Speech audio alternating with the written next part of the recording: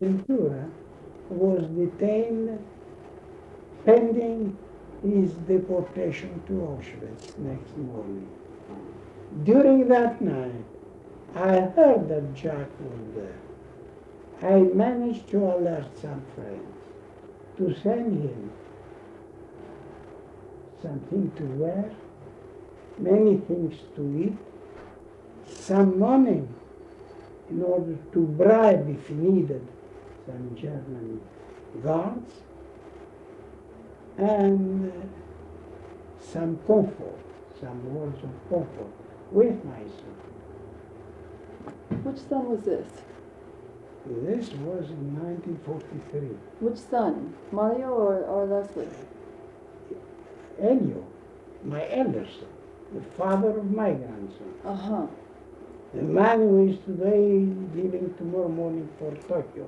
He is the Stony representative in Greece. Mm-hmm. Okay. And what happened to Jacques Ventura?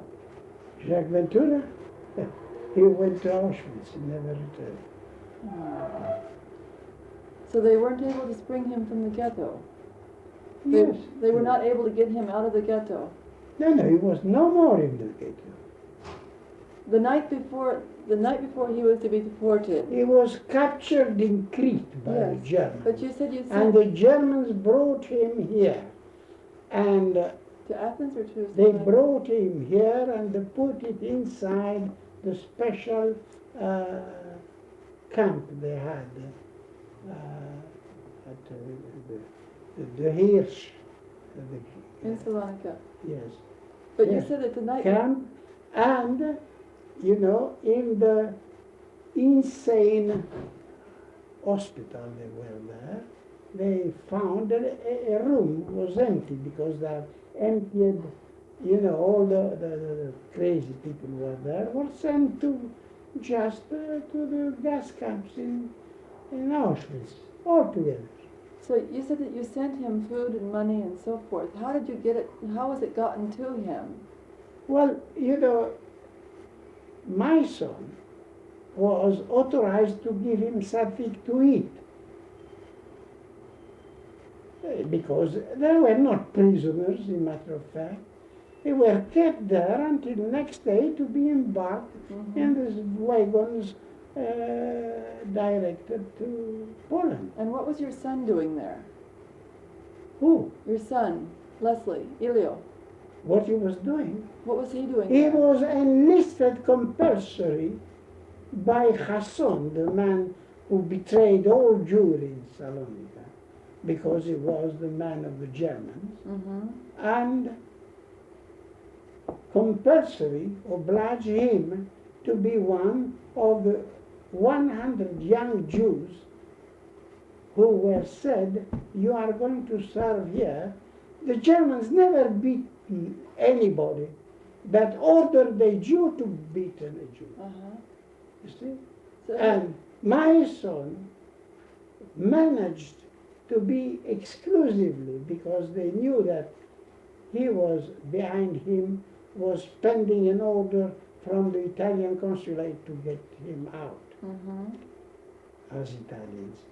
And he remained only because he could perform some of this work I wanted to perform there. And this is how we managed to contact Besanci. As how we managed to contact Ventura. Well, then when you left Salonika to come to Athens, you left your son behind? Yes. And how old was he then? 20. And you left him behind deliberately to be an agent? To work in the underground? Well, yes and no, because he was already under the supervision of my friends of the intelligence service serving inside the Italian consulate. A very strange thing. A vice consul, whose name was, Alfred Rosenberg.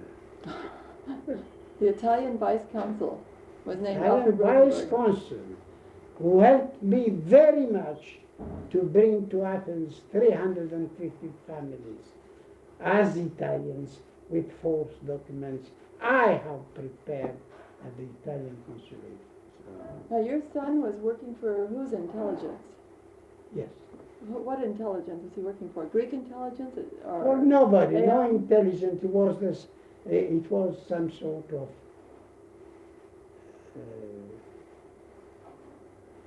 If I can say, at that time we never knew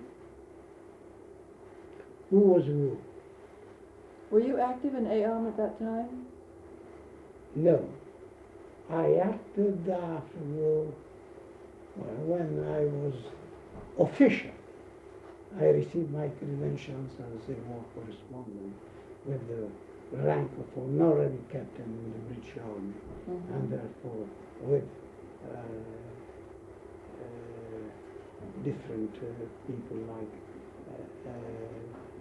Perlman and Averell, etc., Horowitz, and we organized here in nuclear of Haganah, very many things. You know, at that time, you never knew how, for whom you worked, because people approached you and said, Sam, we want tonight you to meet somebody. You will speak. But the man who was speaking to you was not. It was a cousin of mine. He has married a cousin of mine, women. Mademoiselle Nachama. He was a full-fledged colonel of the Greek army. He was promoted to lieutenant general then, and was imprisoned by the junta. Well, he came to me and said, you are going to meet a man tonight, and I am going to bring him to you after the time of the circulation is over. He used to come by special streets, etc. Who was this man? George Bauer. I never knew his name at that time. George Bauer was South African, a close friend of Smuts, of Field Marshal Smuts. And he was dropped by parachute in Macedonia to lead the movement of the Greeks underground and the Greek guerrilla. And he wanted some advice. And Argyropoulos brought him to me to give him what I had as information. We had a full, you see in Salonika, in a pastry shop.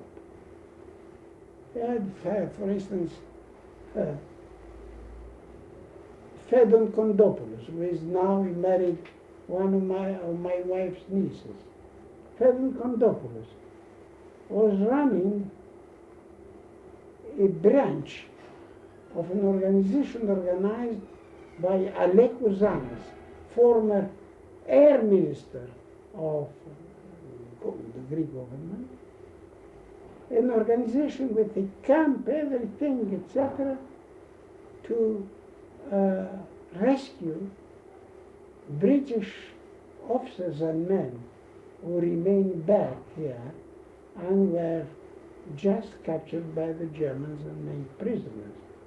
And they were helped, rescued, to leave and to be embarked on the U-boats coming to fetch them.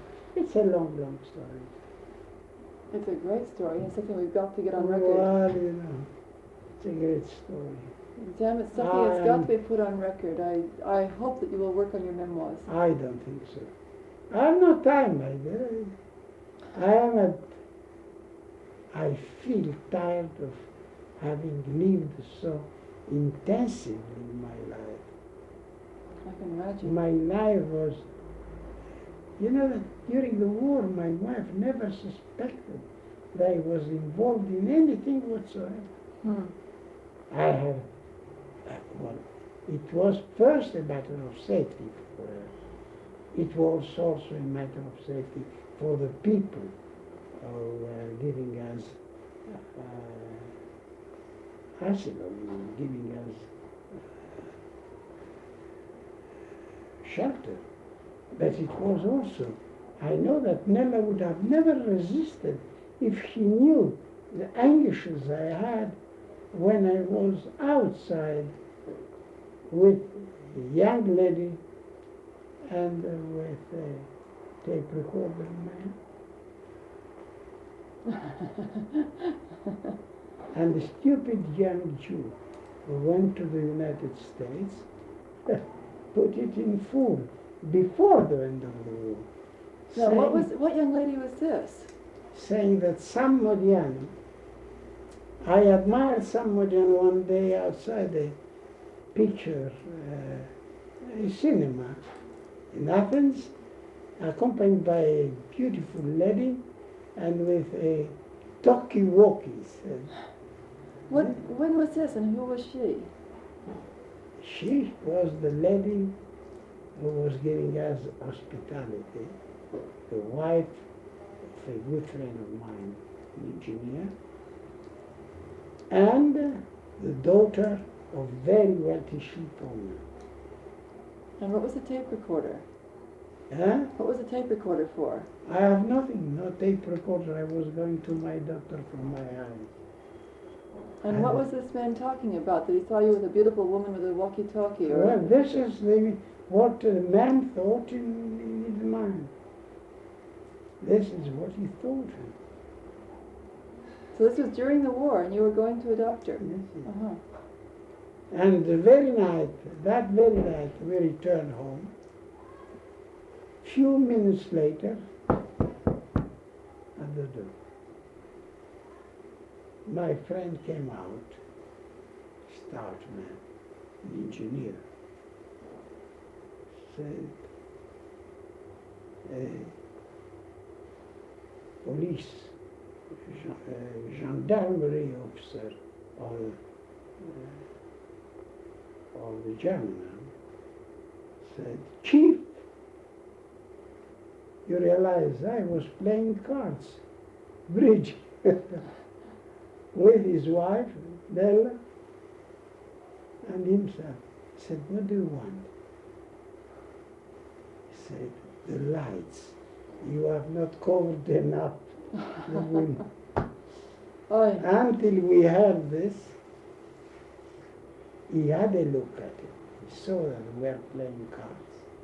He smiled, left.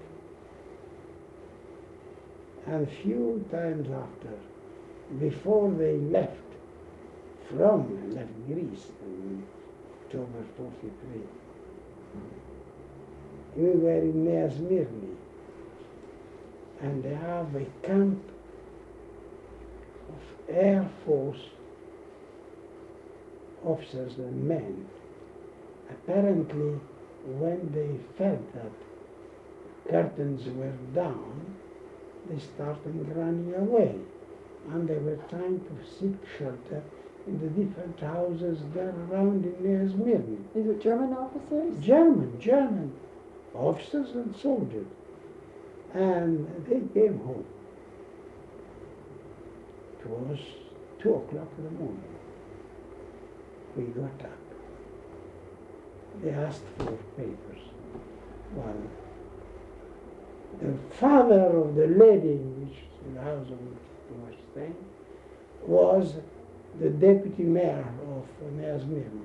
We are trying to have papers with our names, Greek names, registered in Nea Smyrna. But apparently the address was not correct. The man said, you must correct this, it's not all right. They went into the dining room and there Mario was sleeping downstairs. They picked him up. Mario was at that time very young and extremely blonde with blue eyes. They picked him, he started speaking German. They thought he was one of the deserters. Oh. And my wife said, this is my son. Because I had an identity card with a name. My wife and Mario had a different name. Huh. Oh, well. Well, Sam, I don't quite understand yet what organization you were working for during the war. I can tell you that we had no specific organization.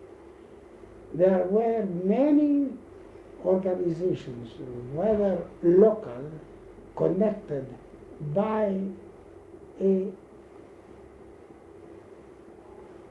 invisible string to MO4, MO5, others connected to other agencies. What was MO5? Yes. What is MO5? MO5, ask the British to tell you what is in So this was a British operation then, MO5. MO4, MO5, yes. And was this also involving Am and Elas and Well, so forth? the army was not very much involved in that. It's, very few people were involved in it. No, Am, not the army, Am. No. Well, when Rabbi Barzillai was kidnapped, who pulled off that operation? Was that Elas? No, my dear, this was set up entirely by me after I was told that these people were after me. Very simple.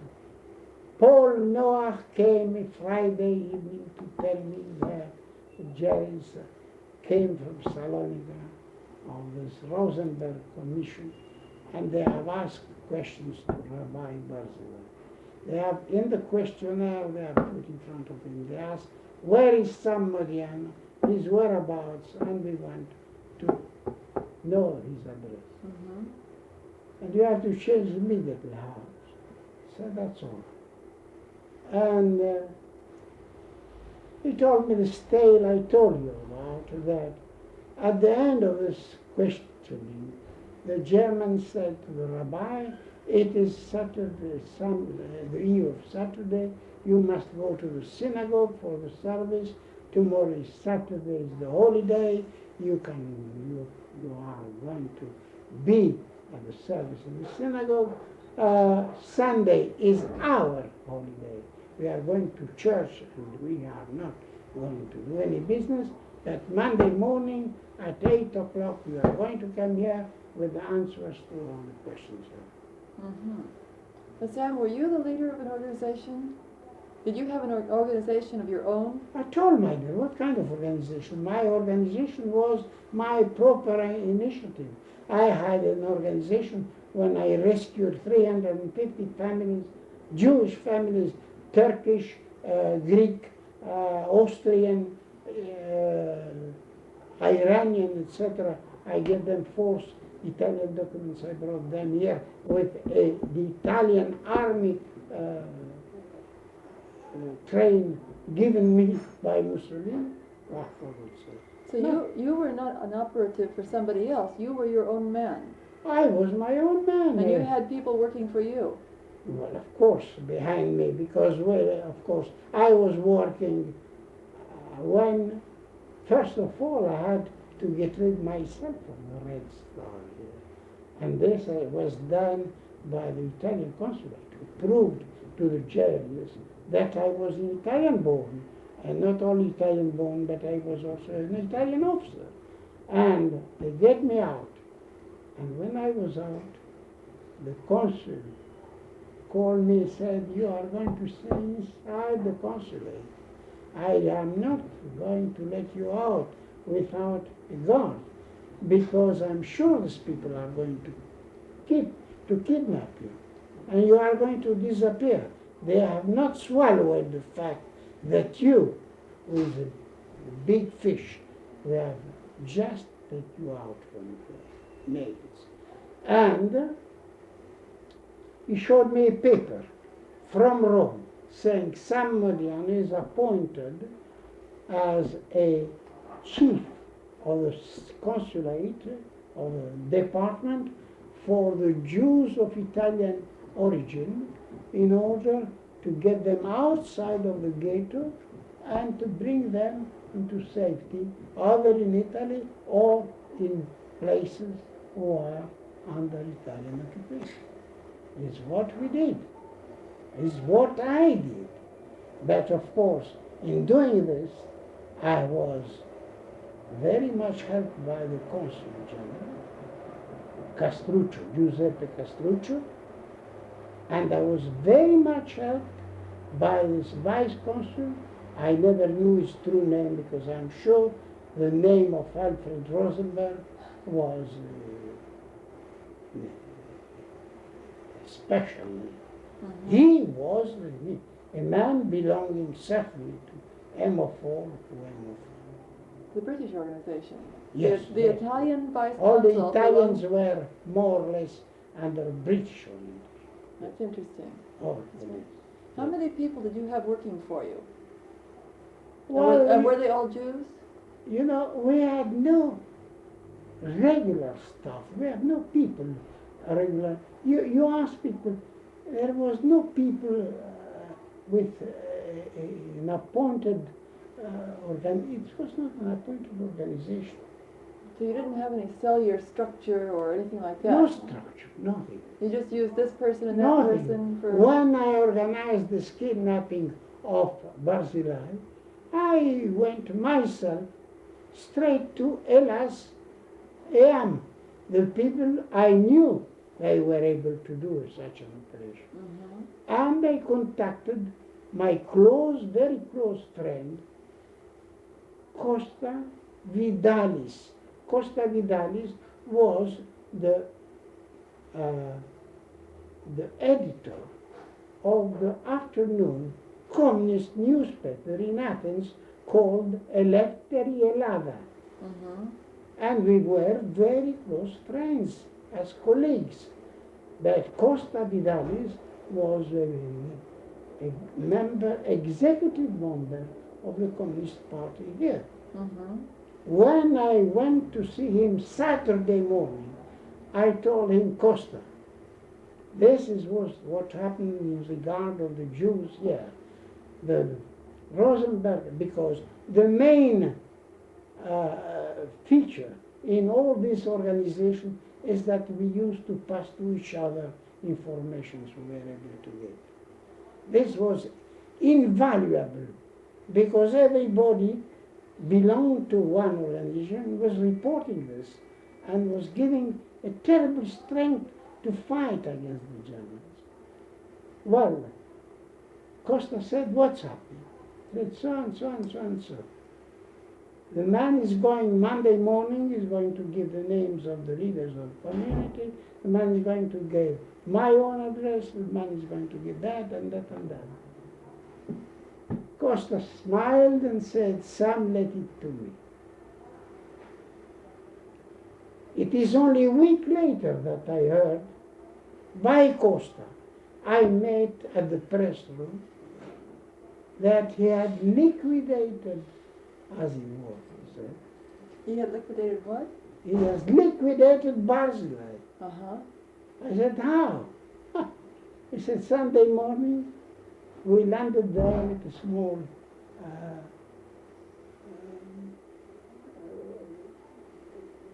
truck, lorry? Truck, yes. Mm-hmm. The light truck, with 3 of my companions. And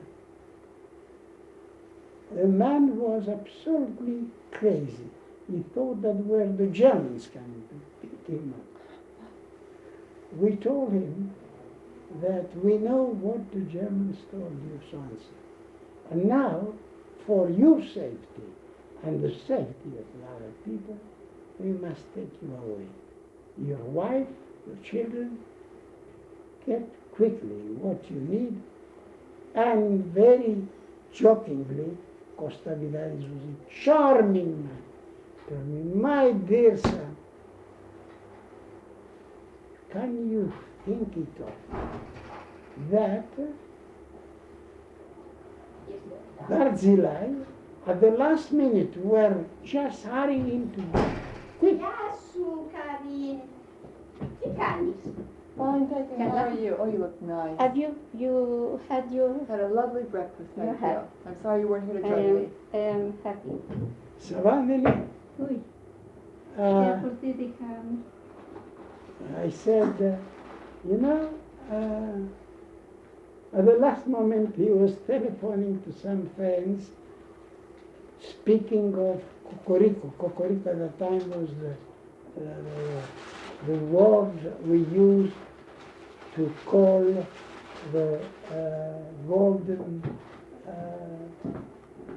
piece of money, currency. The Cocorico was the French Napoleon because they had a cock. Uh-huh.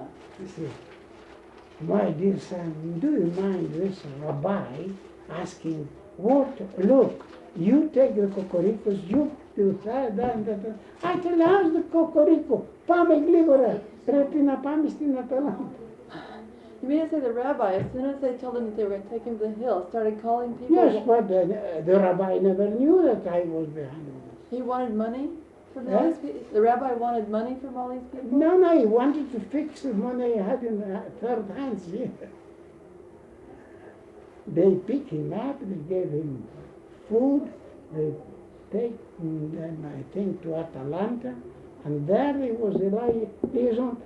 Kostaki was telling me, son, I was afraid to lose the appointment with my liaison because this was fixed at special times so that to avert German patrols.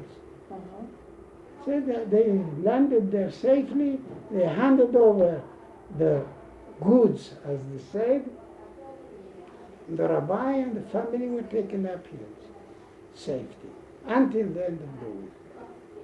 I heard, I talked to the rabbi himself once, and he told me that he was the Moses of his people, and that he had chosen to flee as an example to his congregation, that they should all do Will you likewise. have come? Oh, it'd be lovely, thank you. Yes. It's Tell just, it. they are very And nice. then he said Tell that, him that, Here. tell him, my dear, that he's joking. let me- Look, I have no reason to lie because I have no interest. let me tell you the rest of what he's told me though, Sam. I want your commentary on it. He said that he went to the mountains voluntarily, and that there he hid out and disguised himself as a Greek priest. But somebody else has told me that Barzillai went to the commander of the British forces That's and true. demanded to be appointed as To Jewish be chaplain. appointed Jewish, how do you call Chaplain. it? Chaplain. But he himself told me that he disguised And himself. Woodhouse told me that's part of the story. Uh-huh. He told me that when was reported to me that he was asking to be appointed with the rank of captain, Jewish chaplain, for the Greeks volunteer in the Hellas. I said that it was not my job to appoint people like that. And he never did any job whatsoever. He was staying in a house, I think in Atalanta or nearby in the village there, during the war. He told me he was in 76 villages. That he just When kept he moving will and tell moving. you again this, ask him only that. At that time, you could not have a bicycle to move from one place to another. Mhm. What means of transportation he used to go to Atalanta? Mhm. What means he had between Friday night when he met the Jews and the Sunday morning to contact the Andartes, the Now, guerrillas. How did the Andartes have vehicles? Huh? How did the Andartes have vehicles, trucks and so forth? Very simple, disguised on special official services, post office, I see. with a panel Greek post office, or a panel telecommunication organization of Greece, just to, with some machines to repair, things like that. Who was Paul Noach, and where is he now? Paul Noach must be in Israel. I have lost Israel from very many years now, Well, that must be the Romanian cultural minister. I think. I'll have to come back and visit you later, Sam. We'll have time to finish the story of Paul Noach before I... Well, Paul Noach, Nothing. you have to ask. Paul Noach was my ADC in Salonika, one of those volunteers standing by with me for every difficult job. He came to Athens before me, and he became a friend of the chief of the Italian intelligence. Mm-hmm. Was he like you, an Italian? No, Paul no, Noach. no. Is he a Jew? Yes. Paul Noach, A very good job. a very, very good Jew. Now, how did you know him in Salonika? What was your relationship there before We the war? were friends from the club, from the school, from I everything. see. So when you became active in the resistance in Salonika, He had not to become active. He was just around me. uh-huh, Anything, can I do something, Sam? uh-huh. What was his profession before? He was a merchant, Mm-hmm. very wealthy merchant. So prior to the war, you were just good friends. Well, he was And then, my friend. And there, when I came to Athens, I found him, the first thing I did Mm-hmm. was to organize a committee of Italians, Jews, Uh-huh. who had served in the Italian army like me, Mm-hmm. in order to act as liaison Mm-hmm. with the official Italian army departments here to rescue the 350 families we brought from Salon. And Paul, Brought from Salon. and Paul, Brought from Salon. and Paul, Brought from Salon. and Paul,